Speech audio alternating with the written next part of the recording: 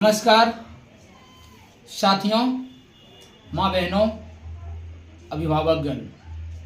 मैं अपने चैनल के द्वारा आप सबों को बताना चाहता हूं कि बीते दिन देश के गृह मंत्री अमित शाह द्वारा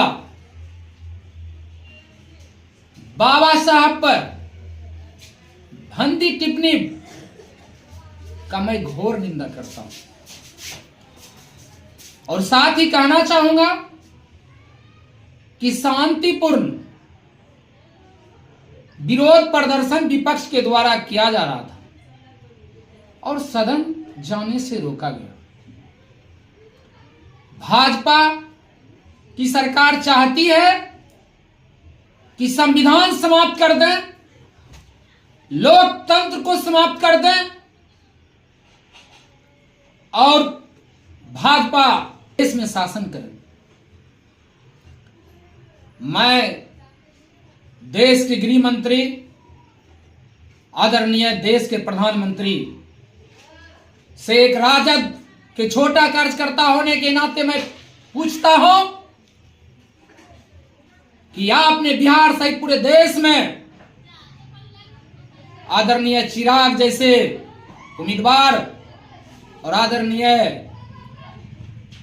बिहार के पूर्व मुख्यमंत्री जीतन राम मांझी जी को आप लोग लड़ाने का काम करते हैं। क्या वो आरक्षण के तहत चुनाव लड़ते हैं या जनरल चुनाव लड़ते हैं? आज बाबा साहब का बना हुआ संविधान नहीं होता, ये देश आजाद होने के बाद भी गुलाम रहता। जिस तरह लगातार अभी 14, 19 से 24 ये तीसरा शासनकाल भाजपा के द्वारा किया जा रहा है, ये दो देश खतरा में है, लोकतंत्र खतरा में है, संविधान खतरा में है।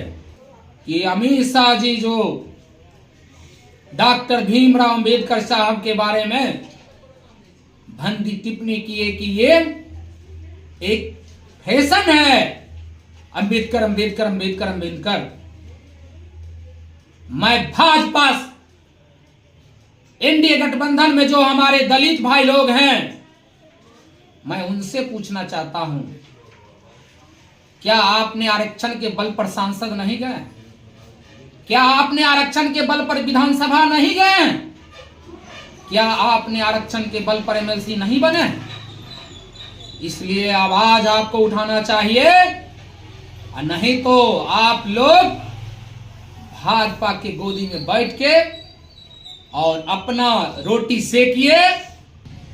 मैं एनडीए गठबंधन के सांसद महोदय चिराग पासवान भैया से पूछना चाहूंगा, या तो आज से बोल दीजिए कि अंबेडकर जी का हम नाम लेंगे, ना आरक्षण से चुनाव लड़ेंगे, ये आप क्लियर कर दीजिए।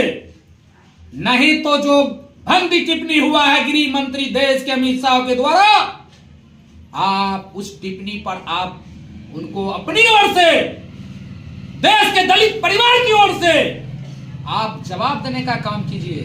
और मुझे लगता है कि चिराग भैया आप क्या जवाब दीजिएगा?